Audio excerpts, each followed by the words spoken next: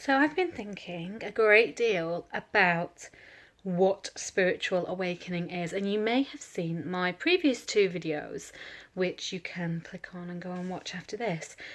But as I was thinking about it, I was driving along, and as you do, I don't know if you find sometimes when I'm driving or in the shower or in the bath, and I'm otherwise distracted and my brain is on one thing, I have all kinds of great ideas come to me.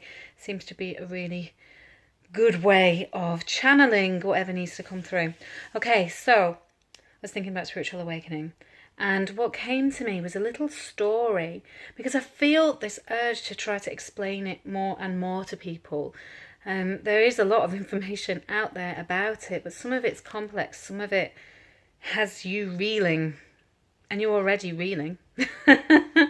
So a little story came to me, so bear with me, because it may seem quite a childish and simplistic little story, but I hope that if you are going through some kind of spiritual awakening, that this story will be like, yes, I understand that now a little bit more. I see why I'm like flipping out and stressed and anxious about this thing that's happened to me, because it's a big deal. Okay, so the story is about a little ant, and let's call her Blossom. So little Blossom lives in her little ant nest beneath the ground. And that's all she knows. That's all she's ever known. Maybe she's a baby, maybe she's older, maybe she's never had cause to leave the nest. It doesn't matter. She's in a phase of her life where she's never left the nest.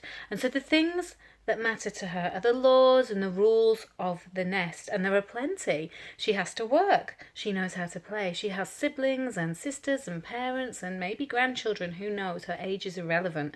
Because awakening can happen at any time, at any age, under any circumstance. But she's in this nest and she has her friends and her family. And that's what she knows. And the rules of the nest are what she abides by. And she doesn't know anything else. Occasionally a worm will crawl by. A little bit odd, but they get used to that. That's just one of the exterior events that might happen, but there's not many. And they're in their little nest, and everything is about her feelings, about her friends and her family and her work and her play. And sometimes she's angry and sometimes she's happy.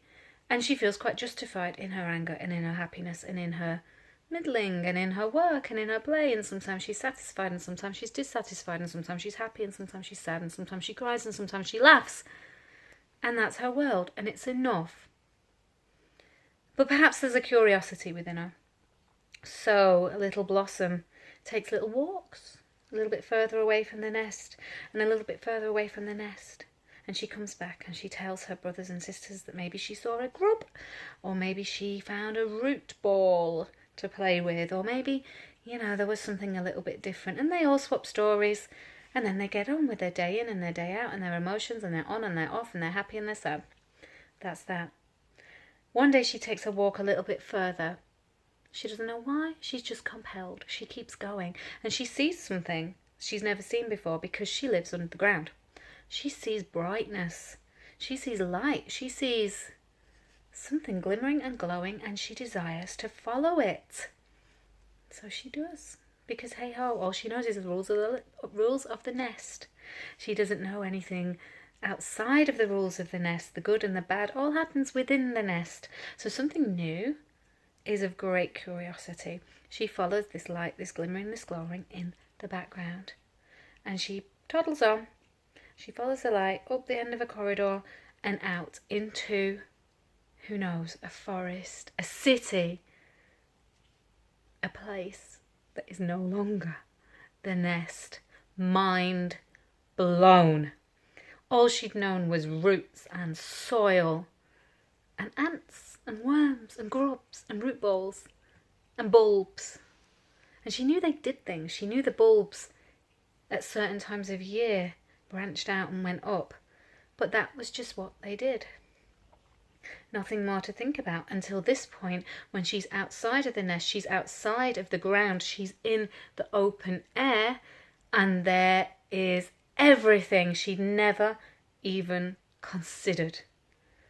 There's a whole other world, a whole other universe, a whole other way of being, and there's other animals and creatures, and the feel and the smell and the senses. So much more than she ever realised. Where does she fit? How can she even begin to understand when all she has known is the nest and her feelings and her emotions and her day-to-day and her work and her play? Her feelings don't have any use anymore in this place. They don't accord to the rules of this place. She might be upset, she might be scared, but does the wind care? Does the sun care? Does the rain that's falling around her care? It's a harsh place. It feels harsh. It makes her feel small. It makes her feel unloved. It makes her feel unknown and misunderstood, because all she knew were the rules of the nest and her emotions and her feelings and her happiness and her sadness and her ups and her downs and her friends and her family. And the things that made her good and the things that made her bad do not apply anymore. She is outside of the nest. She's in the universe. She's in the sky. She's in the open air. There's creatures. There's big things. There's little things. There's softness. There's hard edges. There is a billion more things than she ever contemplated when she was in the nest. So she discovers that she needs a new currency, a new way to understand, a new way to be. But where do you start when all you've known is the rules of the nest? That's all she's ever known. But hey ho, the story does not end there. A celestial being, a cricket, making a whole bunch of chirruping, descends upon her. And she looks at this celestial being and she says, please, being of wonder, being of might, being of angelic amazingness, speak to me. Tell me what I need to know. Because this cricket to her is an angelic being. It's a god. You know, it's something she's never seen or contemplated or known. And the cricket, in his goodness, turns to her and he says, you have to realise first that you are not the centre of the universe, my dear. Says the ant. But I want to be, but I am in the nest, I am. Everything I feel in the nest matters, everything I am in the nest matters. Everything I am in the nest is real, and this isn't real. This is crazy, this is big, this is rain and wind and snow and sleet and grass and flowers, and this isn't real. Or is it? And the cricket, in his great might and in his wonder, chirrups, pops about a bit, does a little boogie, opens his wings, looks like an archangel of light and mercy. And he says, well, firstly, like I said, you have to realise you are not the centre of the universe, little ant. And again. And he says, but secondly, my dear, my darling, my love, my little friend, you are the universe. That's better. Maybe we can live with that. And maybe that's the adjustment the little ant needed. You're not the centre of the universe. You are the universe. There's the concept. There's the thing that keeps us going. There's the thing that awakens us. There's the thing that pulls us in. And a little ant smiles a little. It's a slight slant on everything she's ever known. A twist in the tail, so to speak. She's no longer the centre of everything. Her feelings and her emotions, her ups and downs, her happies, her sads, her families and friends. She's no longer the centre of all of that. She is all of that. And that's where you begin. Because, the cricket says, everything you do is for us all, and everything you feel is for us all, and every act you make, good or bad, is for us all, and that's just in this place, never mind the next place.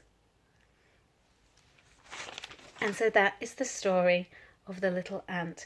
Now, there was an addendum to this that came to me later as I was driving on.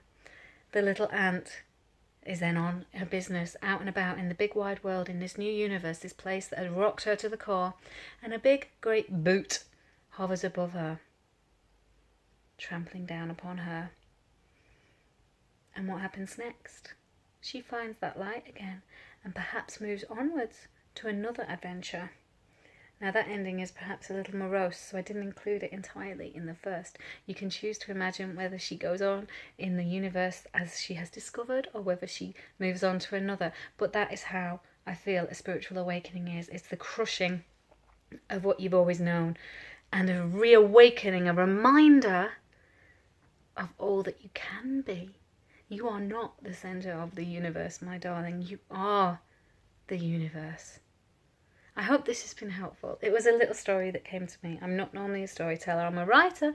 I don't normally make stories up about ants. But I felt that this was pertinent to many people and a nice little way to put across, you know, those ideas of spiritual awakening. So if you're feeling like that little ant, then cling on to what made you feel good about that story.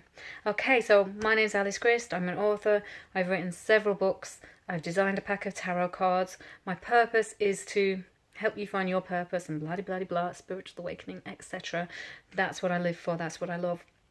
So if you like it, please say so in the comments and all of that YouTube stuff.